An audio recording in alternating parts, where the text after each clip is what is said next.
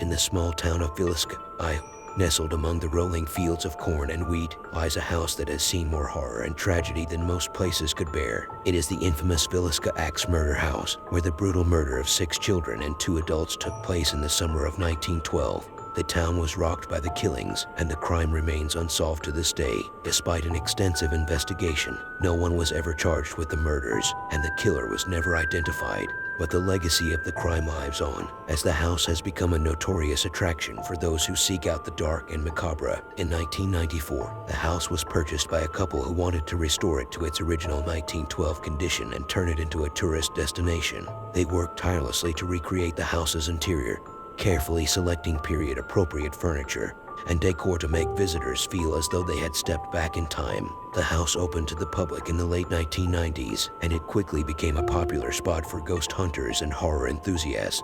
People came from all over the world to spend a night in the Villisca Axe Murder House, hoping to catch a glimpse of the ghosts that were said to haunt its halls. Over the years, many visitors reported strange and unsettling experiences. Some claimed to have seen the ghost of a man with an axe wandering through the house, while others heard the faint screams of children coming from the upstairs bedrooms. One couple even reported waking up in the middle of the night to find their bed shaking violently, as though someone was trying to rouse them from their sleep. Despite the house's reputation for being haunted, most visitors came and went without incident.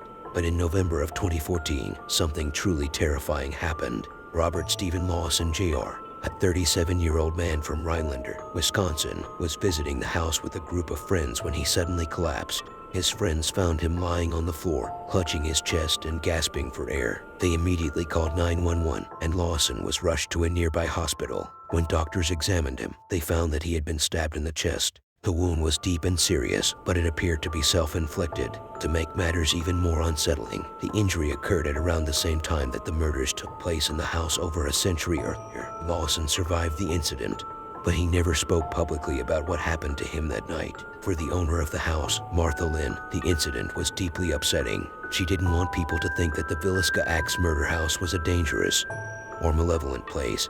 But the incident certainly cast a dark shadow over the house's already eerie reputation. Despite the incident, the Villisca Axe Murder House remains open to visitors today. Some say that the house is cursed, that the spirits of the murdered children and adults still roam its halls, seeking revenge on the living. Others dismiss these claims as mere superstition, insisting that there is nothing truly malevolent about the house. But regardless of what you believe, one thing is certain. The Villisca Axe Murder House is a place that will haunt your dreams long after you leave its walls. And that's the end of the chilling tale of the Villisca Axe Murder House. If you're feeling brave enough, you can visit the house yourself and experience the paranormal activity firsthand. But beware, you never know what kind of horror you might encounter. If you enjoyed this spine-tingling story, don't forget to hit that subscribe button for more eerie tales of the unknown. Who knows what kind of twisted and macabre stories we'll uncover next. So stay tuned and keep your lights on, because the darkness holds more secrets than we may ever know.